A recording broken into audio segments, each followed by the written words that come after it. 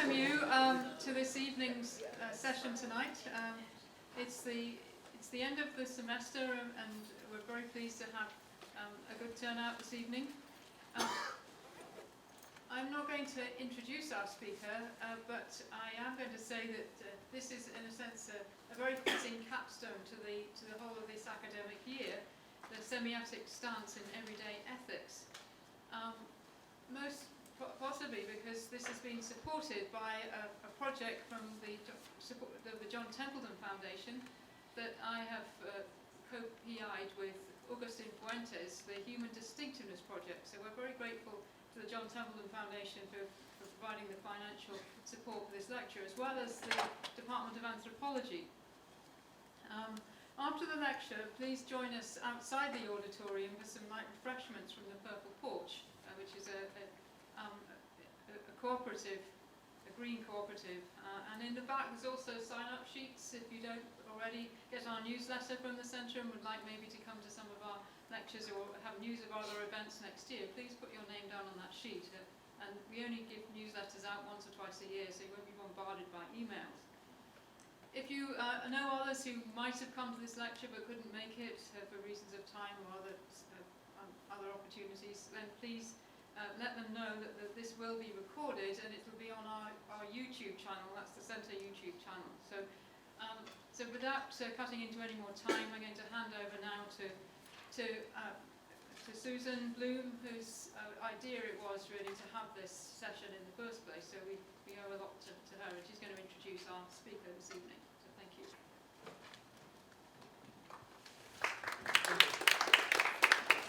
Clapping is good.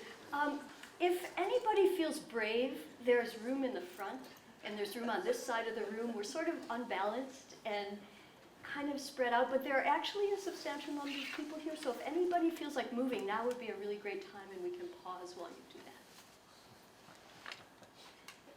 that. Okay, well then, got it. Gratitude is a virtue that must be repeatedly exercised, and here at Notre Dame, as the recipient of constant generosity, I'm happy to exercise this virtue.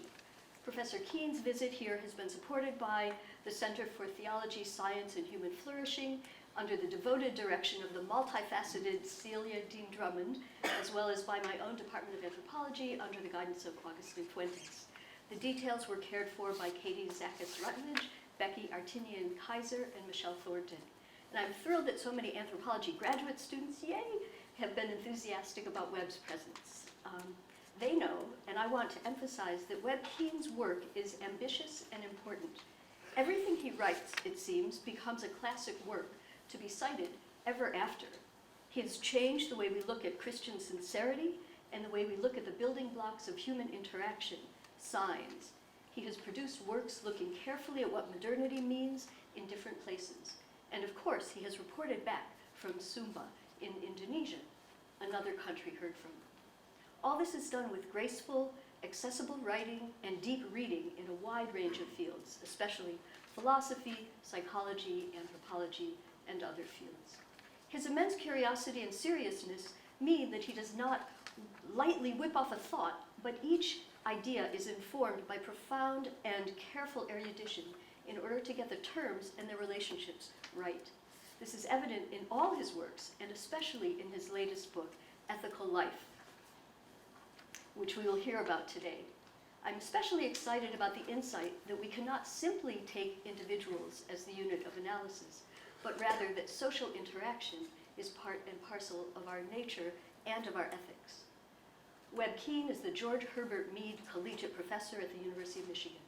He was formerly at the University of Pennsylvania, where he and I overlapped for one single, but for me, formative year. His 2 decades at Michigan have coincided with his most significant work, where he has brought his native and then developed gifts, honed at Chicago, and added insights from a wide variety of fields, partly because of his wide interaction with a variety of interlocutors. The recipient of most of the prestigious academic recognition by the John Simon Guggenheim Foundation, the National Endowment for the Humanities, Princeton's Institute for Advanced Study, Stanford Center for Advanced Study in the Behavioral Sciences, deliver of all, as far as I can tell, the named endowed anthropological lectures, Webb Keane is a significant presence in the anthropological and general intellectual landscape. It is my great pleasure to welcome him here today, where he will speak to us about his recent work, which has already been the focus of great attention. He's speaking about this book all over the world and all the time.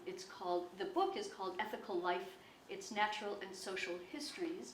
Today's lecture has a slightly different title, which you can see here.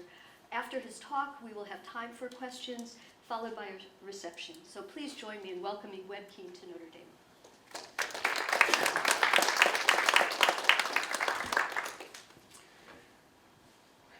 You hear that, Mom? That was a humdinger of an introduction. Thank you, Susan. Thank you, Dean Drummond. It's a real pleasure to be here. And for those who may have dipped into the book, I apologize that some of what you hear today will be familiar, but it's a challenge to try to summarize a big chunk of the argument in this kind of format. So it's a challenge that I will take in hand, and we'll see how it goes. Ethics is the topic of endless talk, thought, disagreement, and effort. One tradition tends to view ethics as a matter of rules, obligations, constraints, and other socially recognized norms that people can describe and debate.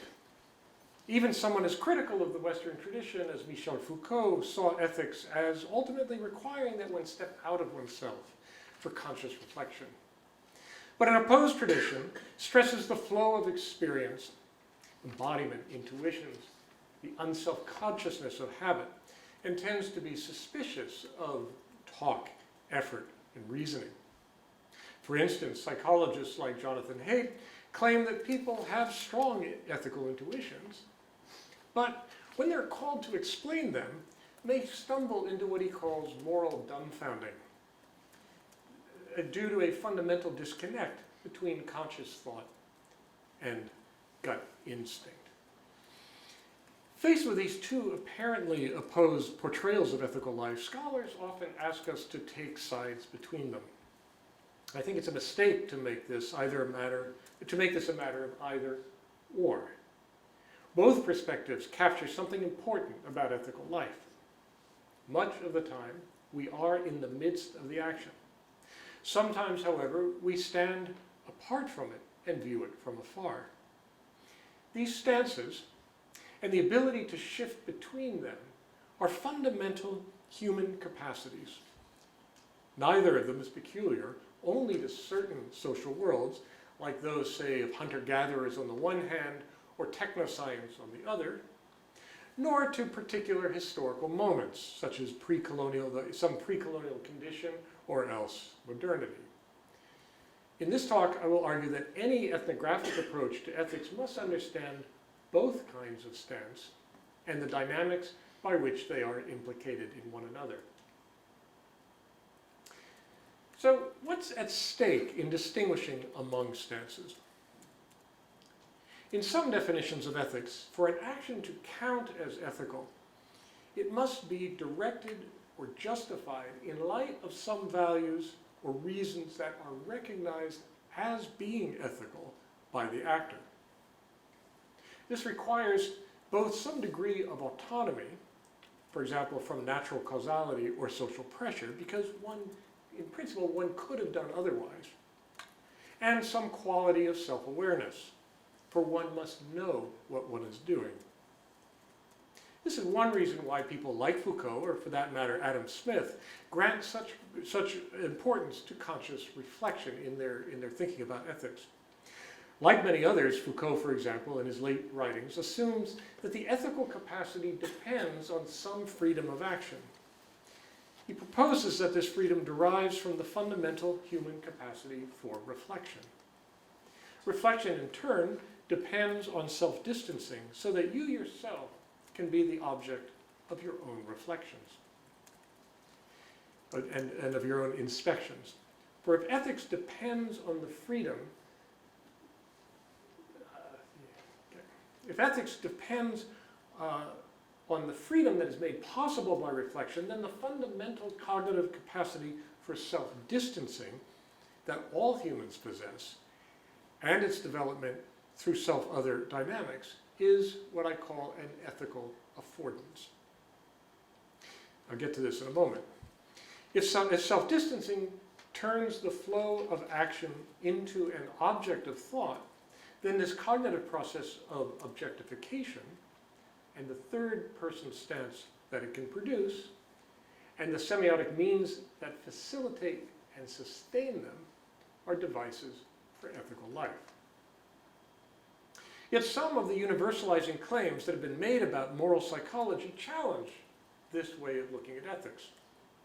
They point, like that of Jonathan Haidt and others, they point to causal processes that lie below a person's conscious awareness.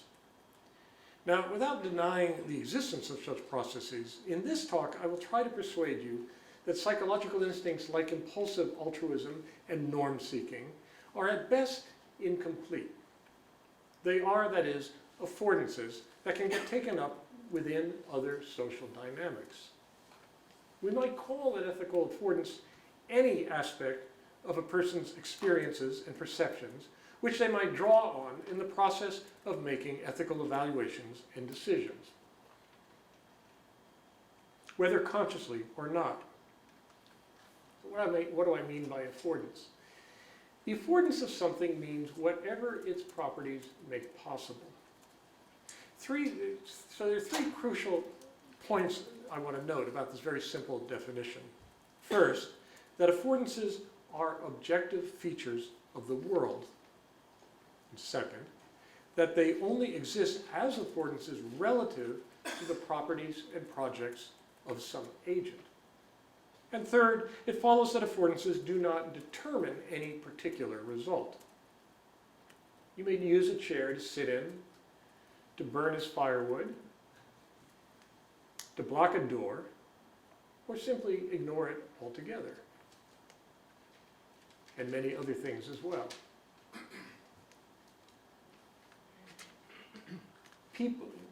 People, for example, people possess as a cognitive propensity, and this I think has been persuasively argued is a universal cognitive propensity. It's a precondition, for example, for the very ability to learn language, the propensity to guess at other people's intentions.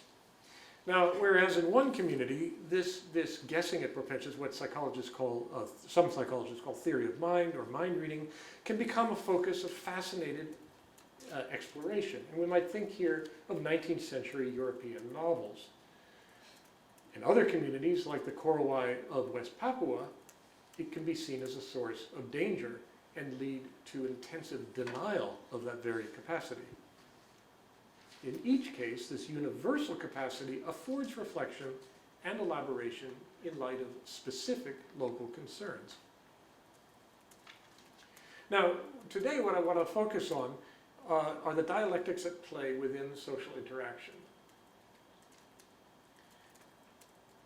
Consider the thought experiment. It concerns the ways in which people move among what I call first, second, and third person stances. So consider the thought experiment posed by William Godwin, one of the forebears of utilitarianism, and incidentally the father of Mary Shelley, which makes him the grandfather of Frankenstein's monster.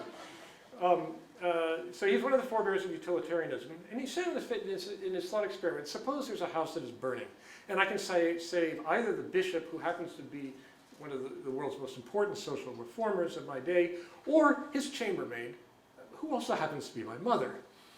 And he says, I should save the bishop, because it would result in the greater good overall, the greater good for humankind.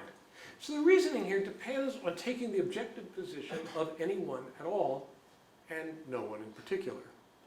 To do so is also to deny what I call the first person of subjectivity, of situatedness, and the emotional logic of the actor in favor of this distant third-person stance of someone who views the action from outside.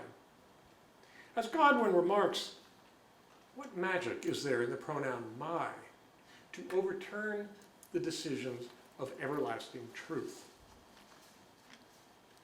Now, many ethnographers, and I would suspect at least some virtue ethicists, would defend against this the intuitive appeal of the first person, of that first person pronoun, my. insisting there's something highly artificial and even downright perverse about denying it. I'm not going to take a poll to see which of you would save mom and which of you would save the greatest humanitarian in the world. Unless, of course, mom is the greatest humanitarian in the world. But many, I think, would find that this at least a problematic situation. But sometimes people do take the third-person stance. Of course, there are moral heroes. There are those who will actually make that calculation. The calculation of which the philosopher Bernard Williams said, you know, if you actually have to work out whether you're going to save your mother, that's one thought too many. But there are those who will do this, and there are communities, including many of those governed by formal religious systems, in which following objective ethical mandates and rules, taking up an external stance toward oneself, is precisely what the virtuous life consists in. Ethical life draws on people's capacity both to inhabit the first person and to take the third person stance. And this is really at the heart of what I want to say. It involves this ability to move between the two. It is in social movements and reform movements, such as piety movements and political revolutions, perhaps, that the third person becomes most visible, certainly visible to, say, the outside observer. But in everyday social interactions, which is the primary focus today, we need to attend as well to the play of first and second person stances with one another. And moreover, although I can't argue it here, I do, in the last part of the book, insist that the first person is in fact crucial to why I should care at all about what Godwin calls the decisions of everlasting truth. Okay, so part of the background to this talk is the larger claim that ethics draws on a heterogeneous set of psychological, cultural, sociological, and other resources, institutions, and so forth. What draws them together is not some essence that they all share, something called the ethical, but rather the existence in any given case of publicly known descriptions that come to be locally recognized as ethically relevant. And I want to focus here on social interactions because they are the natural home of justifications, excuses, accusations, reasons, praise, blame, and all the other ways in which ethics comes to be made explicit by drawing on a third-person stance. I want to suggest that the third-person stance emerges out of social interaction whose dynamics afford the development of ethical reflexivity. As the sociologist Harvey Sachs remarks, human history proper begins with the awareness by Adam and Eve that they are observables. By the term being an observable, he says, I mean having and being aware of having an appearance that permits warrantable inferences about one's moral character. To become aware that you are an observable is to find yourself amidst other people, imagining their perspective on you and their evaluations of what they see. The philosopher Judith Butler gives us one version of how this works. She says, all right, I don't know who did these slides. They're not talking to me. All right, here we go. We're still not there yet. All right.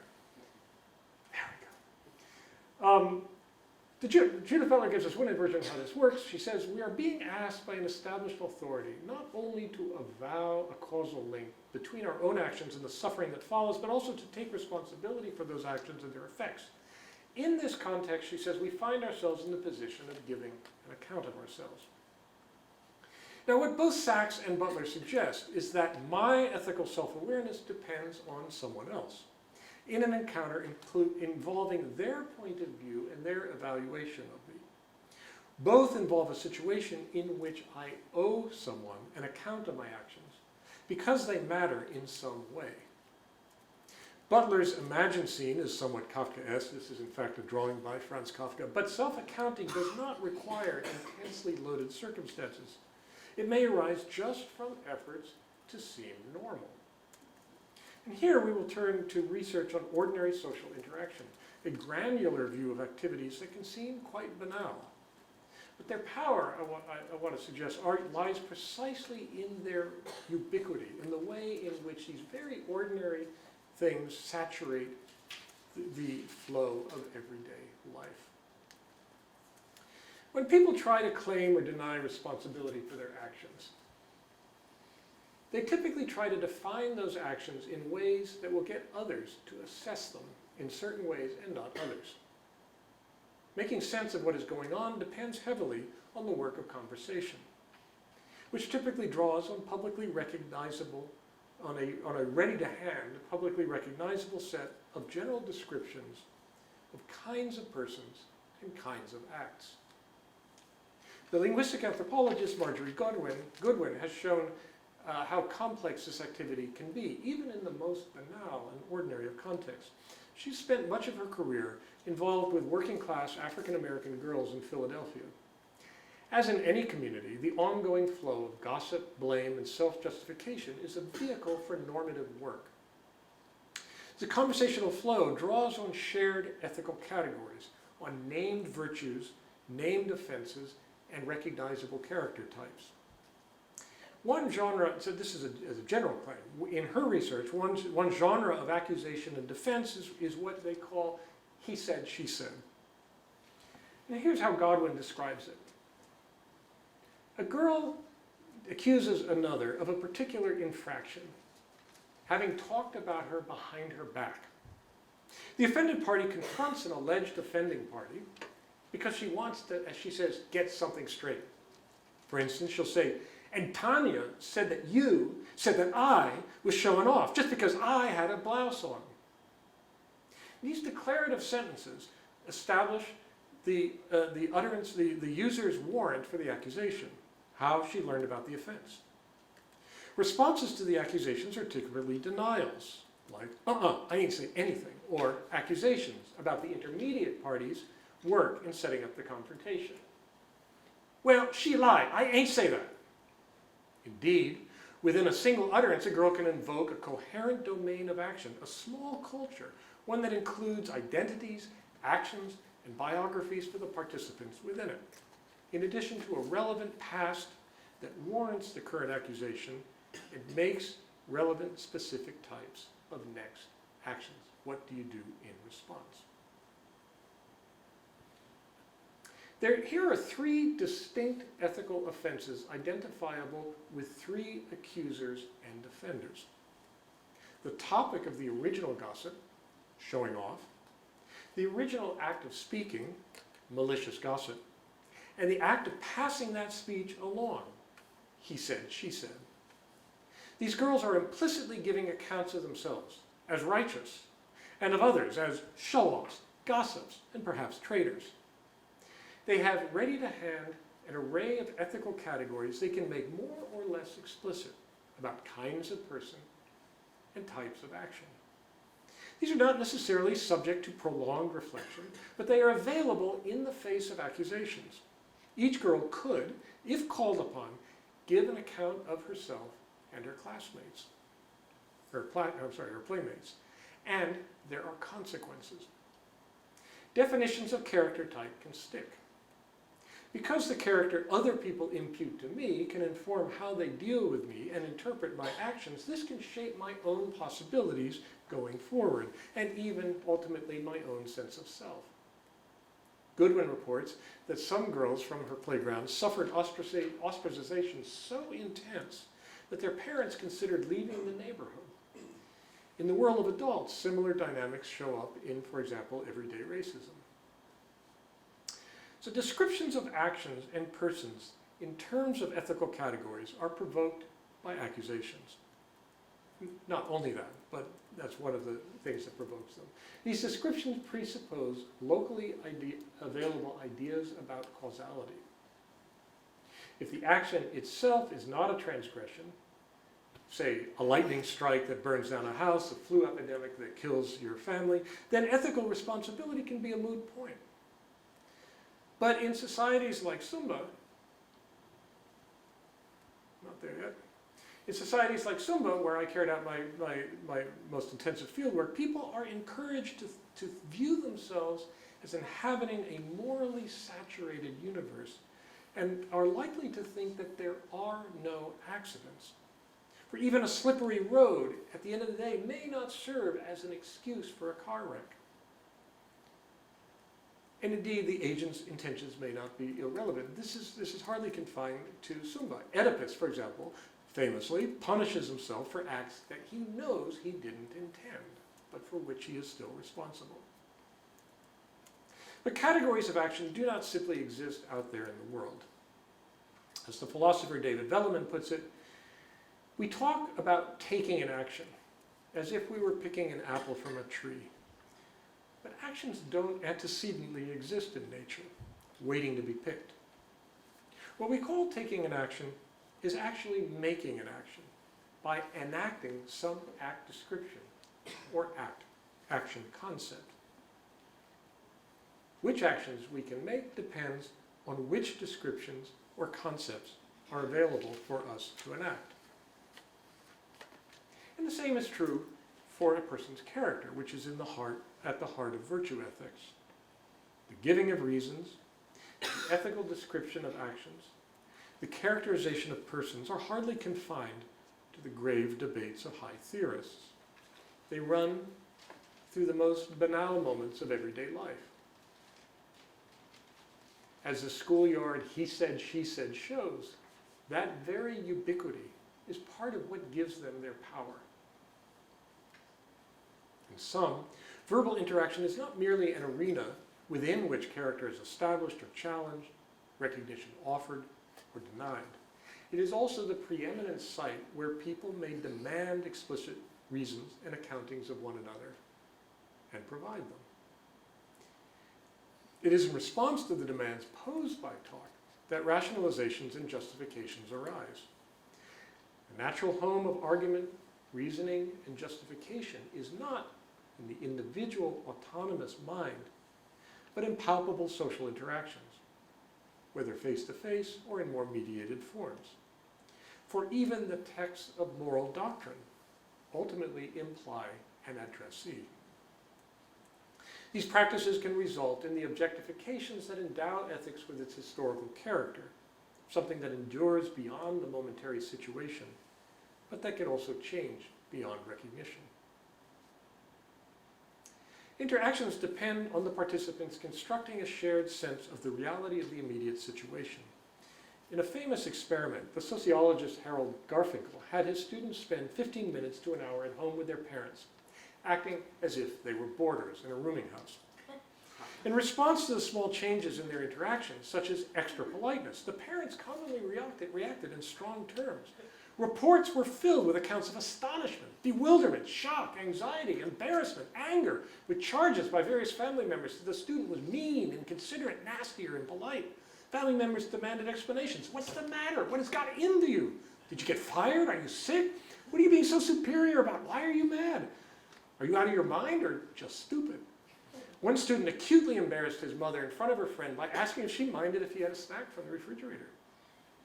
Mind if you have a little snack? You've been eating little snacks around here for years without asking me. What's gotten into you? Another mother, infuriated when her daughter spoke to her only when she was spoken to, began to shriek in angry denunciation of the daughter for her disrespect and insubordination, and refused to be calmed by the daughter's sister. A father berated his daughter for being insufficiently concerned for the welfare of others and for acting like a spoiled child.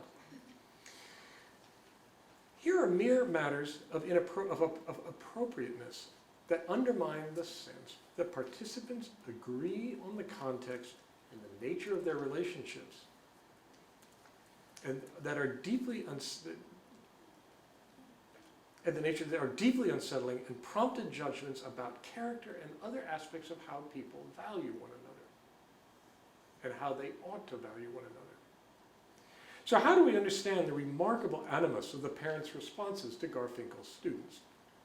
The problem is not merely one of miscommunication, messages gone astray. We need to consider as well the ways in which interactions build up a sense of shared reality and establish people's regard for one another. Any given moment in a conversation, one person is interpreting what the other person has said. By this ongoing checking, revising, and rechecking one another over time, people draw on the affordances of semiotic form. The timing, pauses, the intonation, the word choice, and so forth, to build up an implicit description of the action, of who they are and what they are doing. Are they joking or serious? Quarreling or engaged in banter? Gossiping or making plans? If they are friends, business partners, lovers, fellow passengers, bosses, servants, rivals, and so forth. The process of responding to the other person over the time span of the interaction means that the shared reality is not simply a matter of following a template or a schema.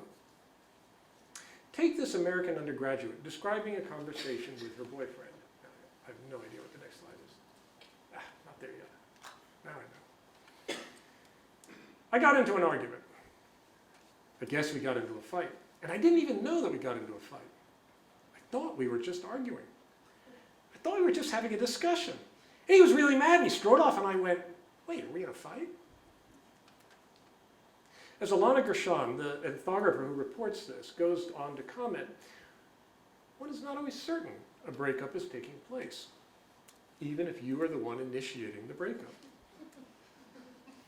Characteristically, the ethical definition of a situation takes place in time and is not in any single individual's hands. Rather, it is emergent and subject to reevaluation over the course of the interaction, and then in retrospect. What the parents in Garfinkel's experiment displayed is one possible consequence of challenges to that sense of shared reality. They seem to draw strong ethical inferences from apparently superficial forms of behavior. Those forms of behavior normally anticipate the perspective of another person. Their realization depends on the response and possible reframing by that other person over a stretch of time. In interaction, people's ethical responses to one another are not just a display of empathy or some other individual psychological disposition. They are built up, reshaped, or undermined in time between people and through the mediation of perceptible material forms, such as language, bodily deportment, and so forth. And they can be consequential. Ethical judgments of the minutiae of interaction are the everyday workings of the often unwitting exclusions of class, ethnicity, and gender. Here's the ethnographer Philippe Bourgois describing a streetwise Puerto Rican crack dealer in New York's El Barrio. He writes, "He mobilized violence, coercion, and friendship in a delicate balance that earned him consistent profits and guaranteed him a badge of respect on the street. In contrast, in his forays into the legal economy, Ray's same street skills made him appear to be an incompetent, gruff, illiterate urban jibaro to the inspectors, clerks, and petty officials who allocate permits and inventory product and who supervise licensing in New York City." So here we see that there is a continuum from the minor technical glitch to people starting to speak at the same time, to the shaming, humiliation, and potential job loss experienced by men of the barrio in midtown office buildings, the stigmatization of social outcasts, and even the exclusion of some categories of people from humanity altogether, as in some kinds of slavery or ethnic violence. The crucial point here is that ethical judgments saturate interaction and take its properties, patterns that serve a diversity of communicative functions, as affordances. Between the extremes of minor glitches in the conversational flow and outright racism, sexism, and other forms of overt violence are situations like the following, arising from that most ordinary of service encounters, ordering coffee at Starbucks. As the linguistic anthropologist Paul Manning analyzes these encounters, they can become fraught due to contradictions that disrupt the smooth flow of interactions. Problems arise when baristas correct customers who fail to order drinks using the correct terms in the right sequence. From the point of view of the barista, proper ordering is simply a technical matter of making the job go more slowly. But the correction is what conversation analysts call a potentially threatening, other-initiated repair of the customer's speech, a challenge to face. It can seem to customers to be an assault. If you think this is, just a linguistic anthropologist wasting your time with trivia, a few years ago, a professor from Brooklyn College in New York was actually hauled by the police out of a Starbucks for precisely getting into a fight with a barista over her desire to order something improperly. She just wanted a plain coffee. And they wouldn't accept that order. And anyway, the police were ultimately had to be called. So this is real stuff. Contradictions are multiple. Baristas have expert knowledge of Starbucks taxonomy of drinks, but are also structurally subordinate to the customers, right? The customer is always right. This contradiction of hierarchies is cross-cut by the basic egalitarian ethos that governs interactions in middle-class American life, that can make the fundamentally unequal nature of service encounters the locus of heightened sensitivities all around. Manning found that, in his words, some customers treat the attempt at repair, is when the barista corrects your order, to be itself a face-threatening act of correction, or will obstinately refuse to cooperate, or will continue to blunder forward in confusion, leading the conversation to a place where the issue is no longer a technical crisis, but a normative one. At such points, the most explicit statements and presuppositions about the hierarchical nature of the service relationship will be found, right? Moments of objectification. But I'm the customer. Attempts will be made by customers to achieve by stipulation, I'm paying here, the respect it is felt due to all customers at the expense of the respect that is generally not felt to be due to the server. The recrudescence of the aristocratic memory that haunts all service interactions is the focus here. Each of these transcripts about customers is haunted by the normative, but absent image of ordinary talk between equals. Now, viewed as a problem in ethical life, these service encounters reveal an endemic contradiction between a norm of equality that is rooted in the American public sphere, on the one hand, and equally powerful norms surrounding anonymous market interactions in consumer society on the other, right? The customer is always right. So what could be described in the imposing terms of political culture or moral philosophy here comes to a head in ways so trivial as to seem merely irritating or bewildering to the participants, except when they are so insistent the cops get called in. Why was that barista so rude to me? Why are customers such jerks? But it is their very ubiquity and opacity that give interactions like these their power. They seem, after all, merely to reflect reality, the natural qualities of people in an ethical light. They play out not as conflicts about the technical apparatus of communication or about normative life in the abstract, but as judgments about people's character. So when girls gossip and baristas vent, they implicitly or explicitly draw on an available set of descriptions that typify particular people and actions in general terms. In this way, interaction chronically brings into play what I've called the third-person stance. It draws on capacities and propensities such as norm-seeking, conformity, self-distancing that we can find anywhere. In contrast, the second person is someone specific who addresses me and whom I address. Here is the interactive space within which people find themselves giving accounts, justifying, excusing, accusing, explaining, denying, praising, blaming, and all the other activities in which ethical categories and stances are brought into play and made explicit. These categories contribute to and in turn draw upon a public reservoir of concepts. The Siberian hunter recalls his grandmother's reminder to thank his prey for giving itself up to him. An English neurologist persuades a jury that the evil act of a killer can be explained by the mechanical effects of a brain tumor, rather than the ethical choices of a free agent. The French political activist appeals to the norms of universal justice. And people can often parse these categories in their own demotic or vernacular terms. So here's a bit of characterological meta-language from one of Philippe Bourgeois' El Barrio crack dealers. And you'll have to pardon my French here. Raise a fucking pig, raise a wild motherfucker, he's got juice, you understand, Philippe? Juice. In the street, that means respect. Now, for all the pungently demotic way it's expressed, the concept of respect here is clearly, that was a good sort of, meta, pragmatic characterization.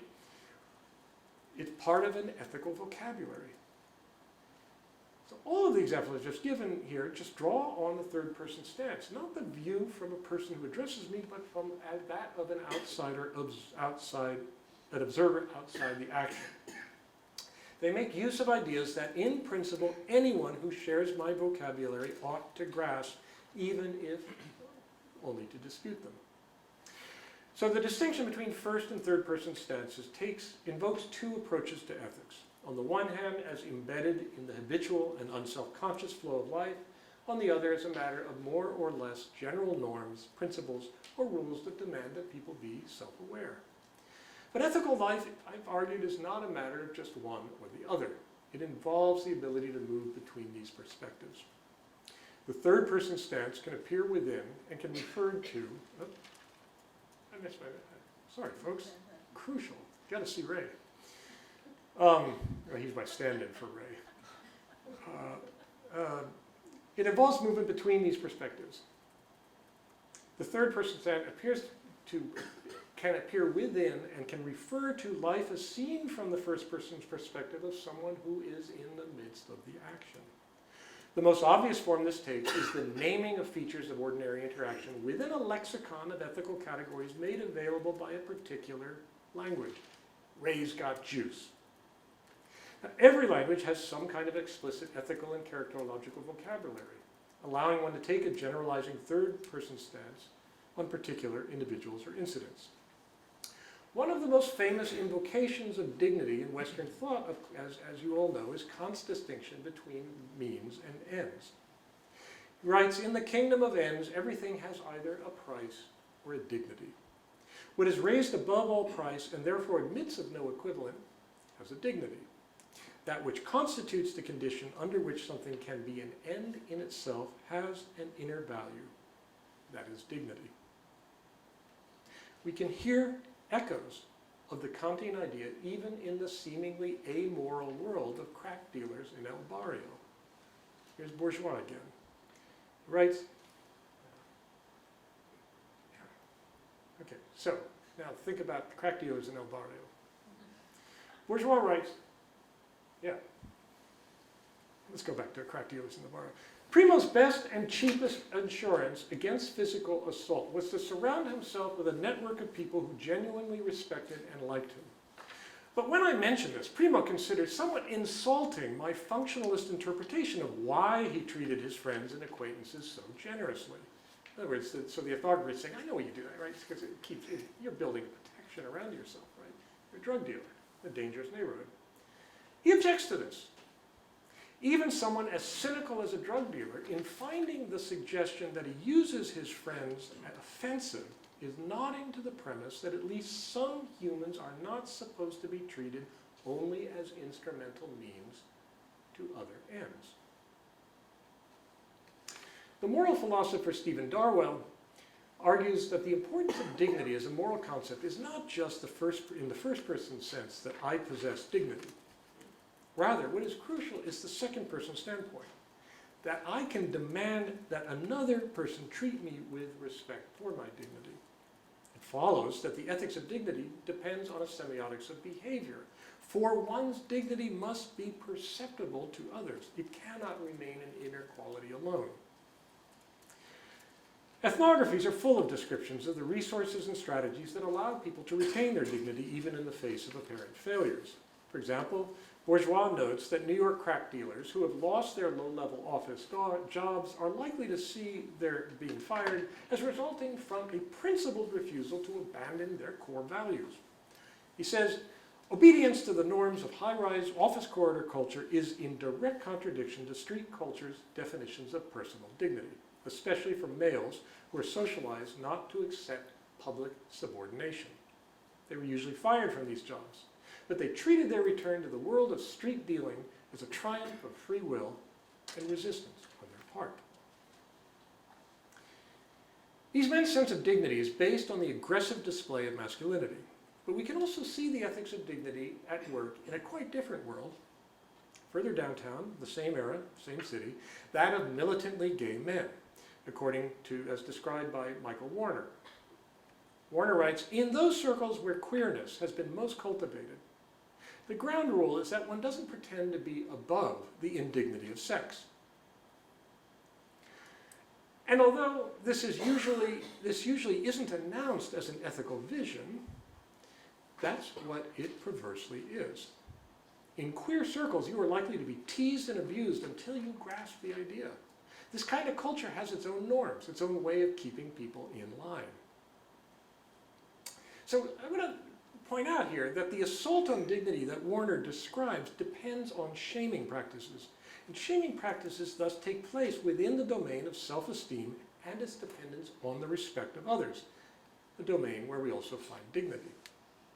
Now, it may be that even crack dealers and radical queers still take their bearings from the background assumptions of modern European, Euro-American societies. So let's turn to another concept, Dewa, from my fieldwork in Sumba. Now, a mid-20th century ethnographer, Louis Onflay, summarized the concept in ways that still rang true in my own time several decades later. Dewa, he said, is that in a man through which he is as he is. His character, and to an important degree, also his appointed fate, and that which differentiates one person from others, his success and his failure. This concept, I would argue, implies and makes no sense without appeal to an underlying concept of human flourishing. For otherwise, what would count as success and failure in life? Dewa links that narrative to individual distinctiveness, but not one that is created by the individual alone. I heard the word Dewa used most often when people talked about their interactions with others. So many social relations tend to have a competitive tone to them. A successful suitor might say that his Dewa defeated that of his bride's father. When gift exchanges do not go well, it may be due to the disappointed recipient having a hindered Dewa, which rejects other people's generosity. If other people are generous to you, that shows the power of your own Dewa. This is why you should never turn down even a trivial gift, such as a chew of betel nut or a cigarette. To reject good fortune could block future generosity. No, it is also one reason why petty traders often fail. In fact, they virtually always fail. The ethics of interaction overwhelm the dictates of profit-seeking. As one former kiosk owner remarked to me, if you give people credit, they'll just feel honored. They won't feel the need to repay the debt. In this way, the idea of Dewa both acknowledges how dependent people are on one another, and yet also ends up assimilating other people's actions to one's own character. The Dewa is manifested not just in the outcomes of interaction, but in one's own bearing. The condition of one's Dewa is embodied, and therefore it is perceptible. It is semiotically available to others. At the same time, it palpably registers the effects of those others on oneself.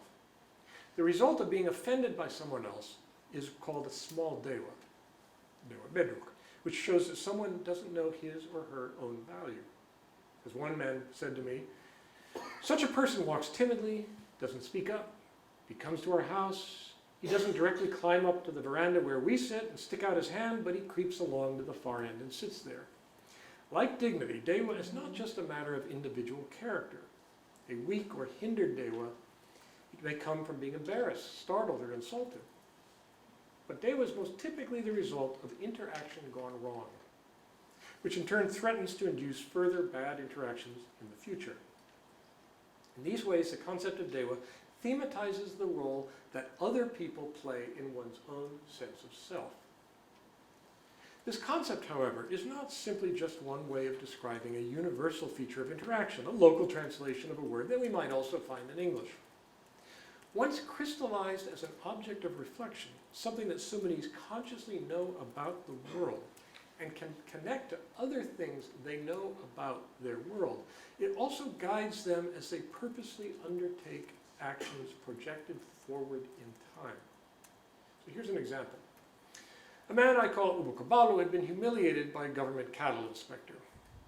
In order to make the Dewa return, to call it back, Ubukabalu sponsored a big feast for all his relations and allies. Feasts normally involve not just hospitality, but gifts from the visitors, such as horses, pigs, valuable textiles, gold, and metal ornaments. So by compelling others to flamboyantly display their respect for him, Ubukabalu was able to restore his Dewa from the perilous condition into which it had fallen. Otherwise, his weakened Dewa might well have damaged his social interactions in the future. even though the guests involved in the feast were not connected to the man responsible for the original insult. It was their recognition that healed the wounded Dewa. Now, Ubuntu Kabalo can hold himself tall and expect his Dewa to exert greater power over others. The idea of Dewa here takes an aspect of interaction as an affordance, which it transforms into a knowable object by an act of naming. As such, it enters a constellation of other concepts in Sumba, such as the agency of spirits, which gives a distinctive shape to Sumbanese ethical self-awareness and action. Now, one of the distinctive features of the concept of Dewa is the way it suggests that ethical effects do not need intentional actors. It portrays the giver's generosity as due to the power of the recipient's Dewa, and shows that one person's failings register the effects of others. The kinds of situations that tend to evoke talk about Dewa are ethically fraught, the making or breaking of social relations, and the self-esteem or imputations of character that go with them. So consider another category.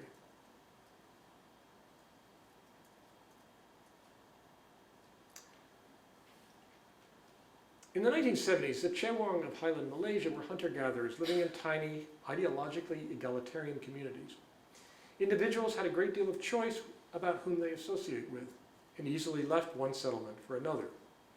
Their ethical language crystallized some distinctive stances towards the purposes and desires of those around them. For example, the concept of punen refers to a condition that leads to attacks by dangerous animals like tigers, snakes, poisonous millipedes, or their spirits. The condition is triggered by the victim's suppressed desire. According to the ethnographer Sina Howell, one type prescribes the sharing of food and other objects and prohibits the nursing of ungratified desires. If someone is not immediately invited to partake of a meal which he observes, or if someone is not given her share of any foodstuffs seen to be brought back from the jungle, that person is placed in a state of punin because it is assumed one would always wish to be given a share, and hence experience an unfulfilled desire. Like the Sudanese concept of Dewa, then, punen thematizes the reflexive and intersubjective nature of social life. It is based on a fundamental presupposition that my possessions prompt desire in others, and that this has consequences. Howell writes, the Chewang take all possible precautions against provoking punen.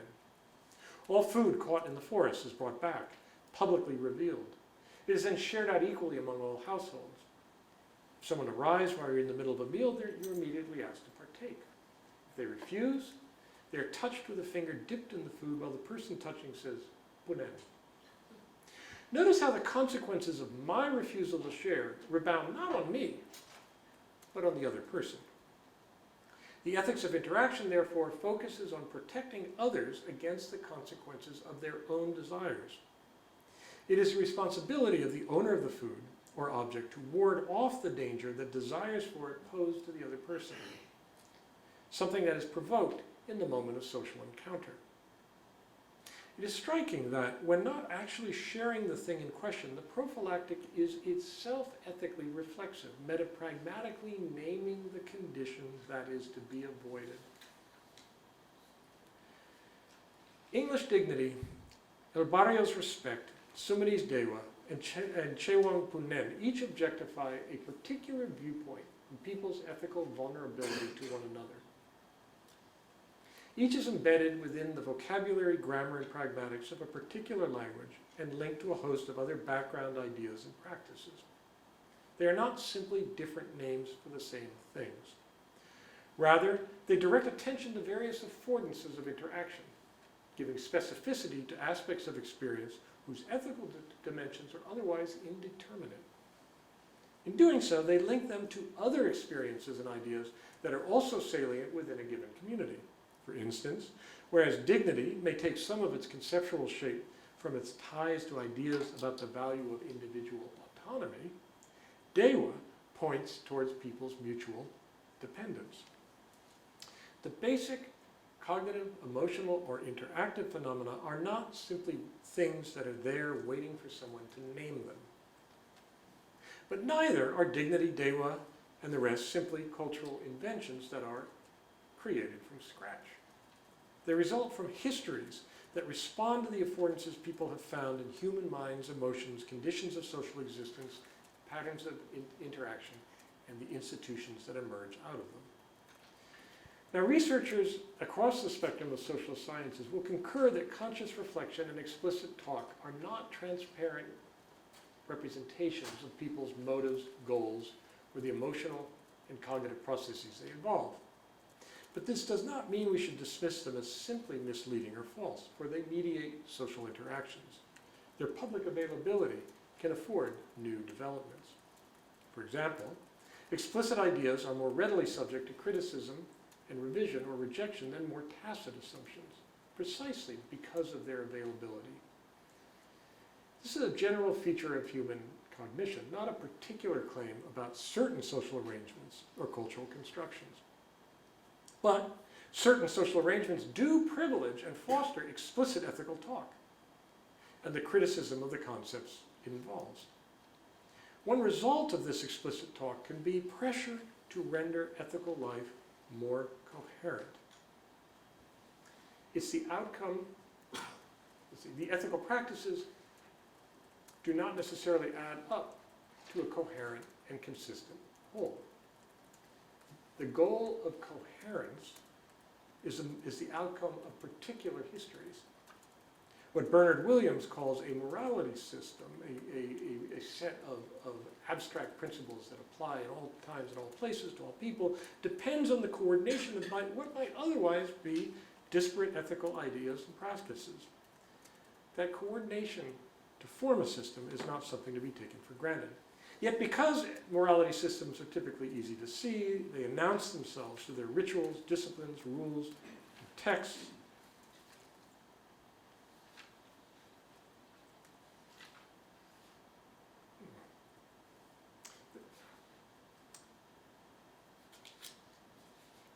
That's interesting. Okay.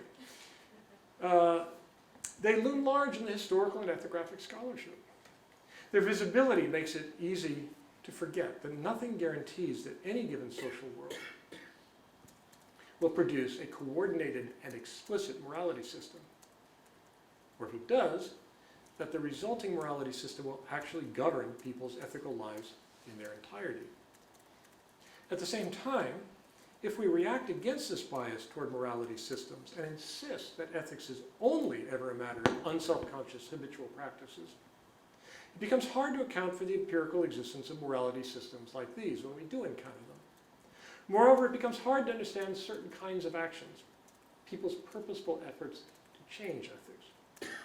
For morality systems loom large not just because they are easy to see, but also because they play such a large role in history.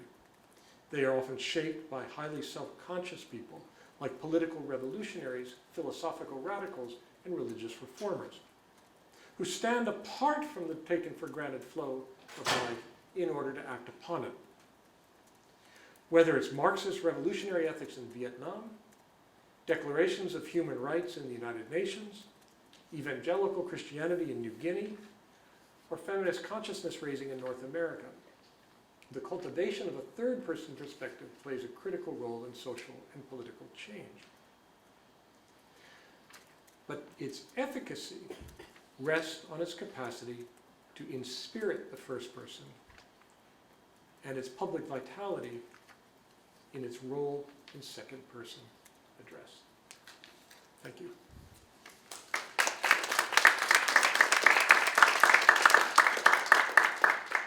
Thank you for stimulating and powerful talk. So we have time for some questions. Good, now that we've settled that. Yes? So I'm thinking of pluralism here, and you've mentioned a number of different systems, a number of different groups and cultures and things like that, and I'm thinking of pluralism or the fracturing of societies and groups, social breakdown, things like that. Do you see some of these trends happening in some ways, that the problem that these ethical systems and these groups that they're based on, the social interaction that they're based on, are somewhat fracturing, that we're going off in different groups and we're getting more diverse, and that's making things harder. So you talk about conflict in Europe. For instance, in Switzerland, the country I know pretty well, they have a very strong way of judging each other. Switzerland, the Swiss, with some of the stereotypes come up. They really observe each other a lot, their behavior. Families living next to each other, it's very traditional in that sense. Now you've got immigration, you've got migration, and this is kind of a Europe-wide situation. Are these systems kind of breaking down because they don't share the same rules? They're observing each other in different ways. They're applying different ways of observing each other. How would you describe that process, for instance, in the European situation with migration and some of the conflict that they're having there, and then some of the backlash against that now too, against immigration? Are these some of these mechanisms you're describing, is that kind of what's going on, that these are kind of clashing in some ways? So, to start with the easy part, yes. In this respect, it seems to me that what you've just described is a way of drawing our attention to the role of small, ordinary things. Because if you think of the European situation, which I don't know intimately, but I'm a newspaper reader, you could say that the prompts to sort of the everyday hostilities that we see around, say, immigration, are very often instigated in much the same way that Manning's account of the barista-customer interactions at Starbucks are. They seemingly small things that give rise to very large responses. Or again, Garfinkel's experiment with the kids treating their parents like they were, as if they were in a boarding house. So if you listen to the complaints about immigrants in Europe, it often is about these apparently very small things. So that seems to me is a good reason to take these everyday interactions very seriously, because they can have very serious consequences. Now, the hard part of your question is the larger, say, meta-historical question: is what is new, and is there some sort of world historical phenomenon that's going on? I am very wary to make very large trend claims because it's extremely hard to look at large trends from this moment. So to look at this moment and then make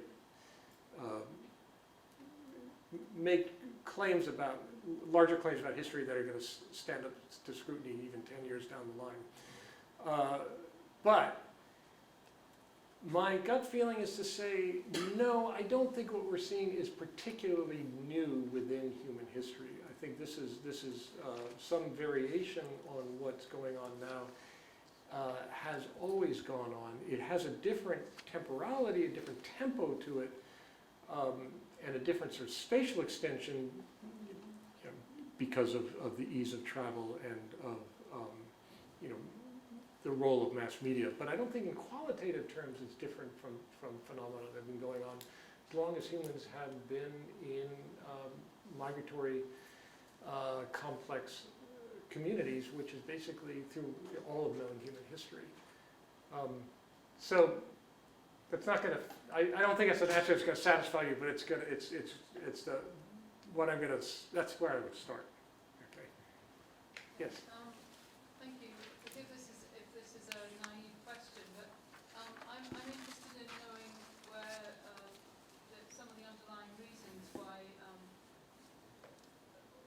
people react the way they do. In other words, you mentioned something about human dignity being behind some of the reactions you see, even some things which aren't very obvious, but that suggests that that's come from somewhere, been learned or ingrained from somewhere else. So I just wonder what the roots of those things are from your perspective. And I'd also like to, that's the first part of the question. The second is distinguishing between ethics and morality. So usually, ethics means something more reasoned, detached, but you seem to be using ethics to apply to something which most people normally call morality. But do you have any distinguishing marks? Are you trying to put a sort of rethink what morality might mean in terms of ethics? So when I one's more practical and the other's more theoretical.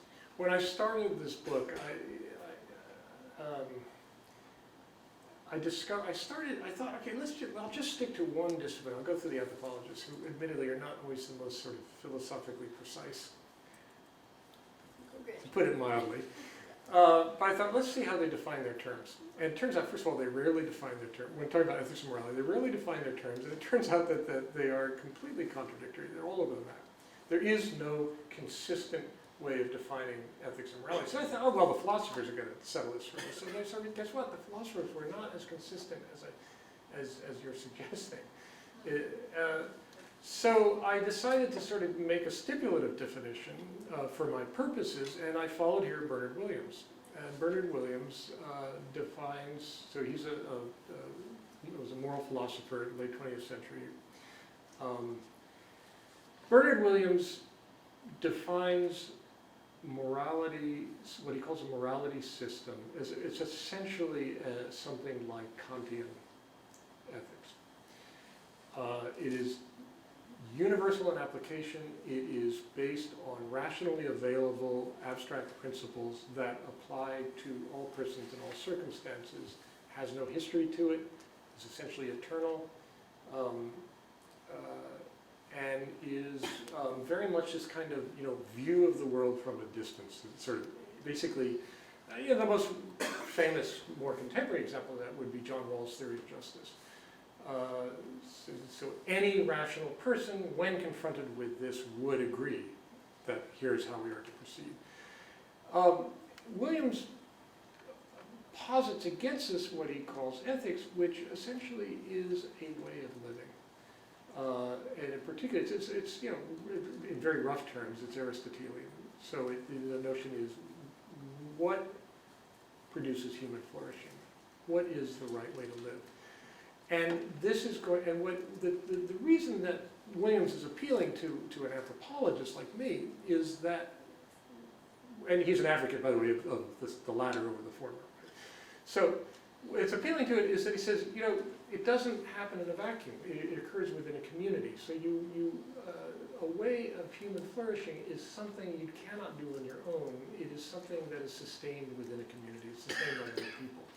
And insofar as that's the case, it is sustained within a historical tradition.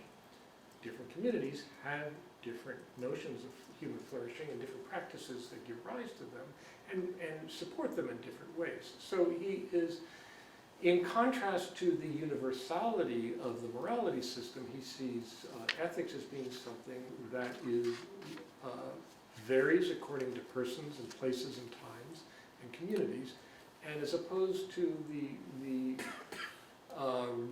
essentially the notion that a morality system is something that should be available to any rational to anyone who engages in rational introspection.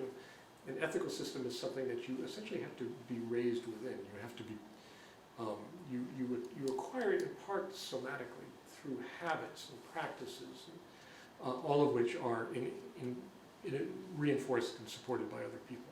Which gets to the answer to your first question. Where do you, now there are two ways to construe your first question. I have a better answer for one than the other. One way to answer it is to say that you acquire it through being formed within a community.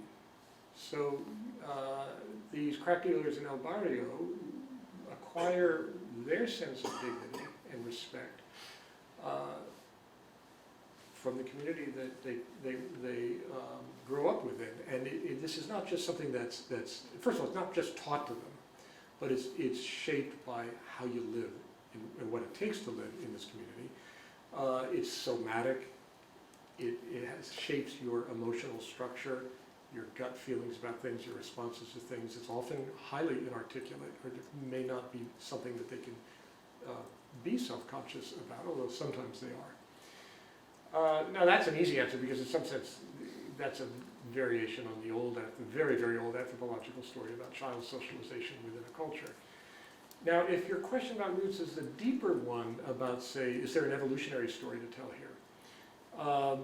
That's where I become this is where I turn out to be a real anthropologist. I get nervous when we get these stories because I don't know any way of telling those stories that doesn't end up becoming a sort of a somewhat tautological functionalist account.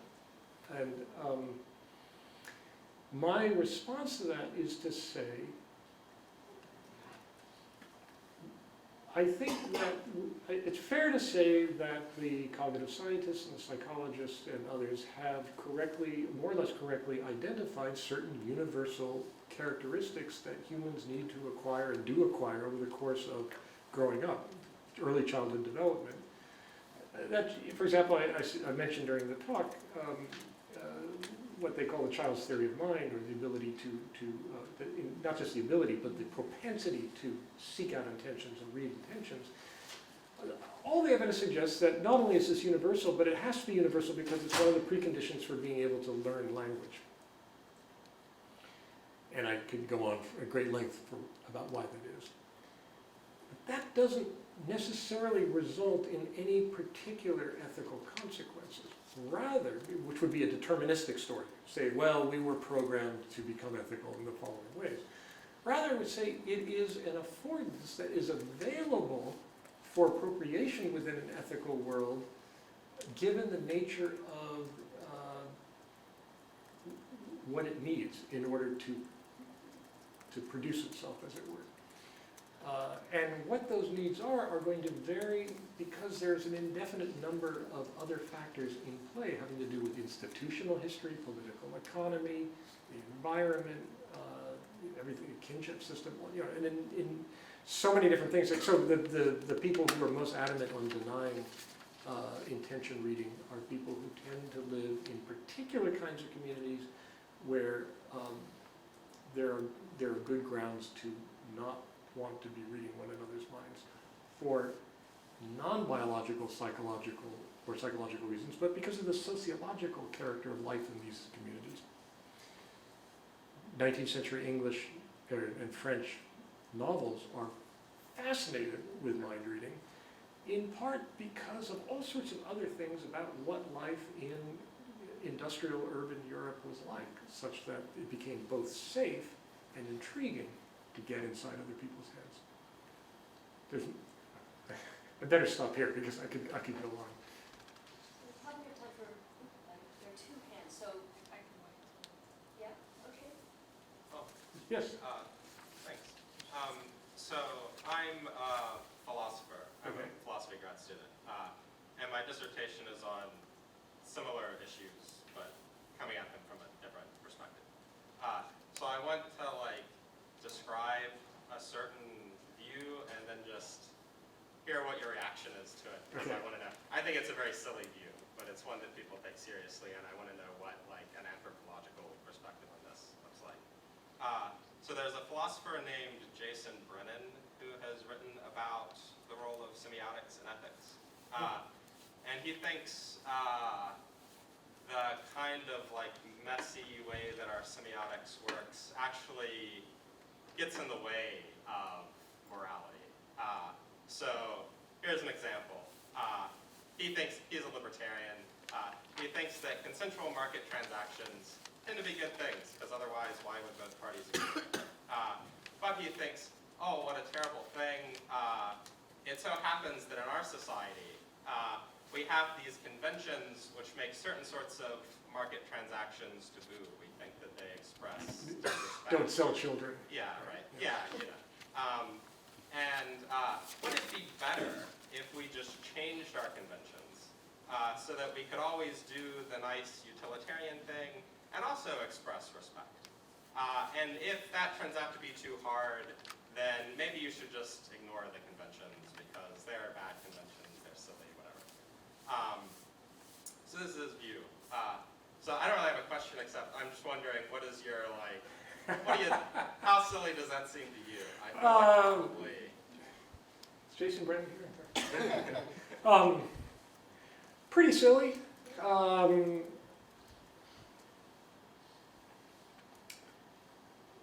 Let me start with William Godwin, who is, I doubt would have supported a radically libertarian position, but does represent the kind of hyper-rationalism that underwrites a certain kind of libertarianism. And one of the things one of the problems that I would argue you find with so I characterize Godwin's position. Remember, Godwin is don't save your mother, save the bishop, because it serves. You can sort of quantify. You can quantify outcomes, and they're great. Well, some of you may have heard of the trolley experiment. Does this mean anything? You have a choice of pushing a fat man in front of a trolley to save 3 people's lives. And the utilitarian answer is kill the fat guy, because more people will be saved than will die. And the interesting thing is, people are willing to divert a tram. All right, I don't have time to explain it. Let's stick with Godwin. Save the bishop or save your mother. And you save the bishop because great humanitarian, he's a greater good to humanity. To make that calculation requires that you deny the first person position of the person who has a relationship to his mother, and takes on rather this sort of the transcendental, what I call the God's eye point of view, or the third person point of view that is entirely outside the situation, and thus from that perspective is then able to make the calculation, as if it didn't matter who any of the people in the scenario are and what their relations to one another are, because they are simply markers. They're essentially quantities of human being. Now, one of the problems with that is that it gives no account of why I should care what the outcome of it is, because the person who's doing the caring is the first person. This is my argument.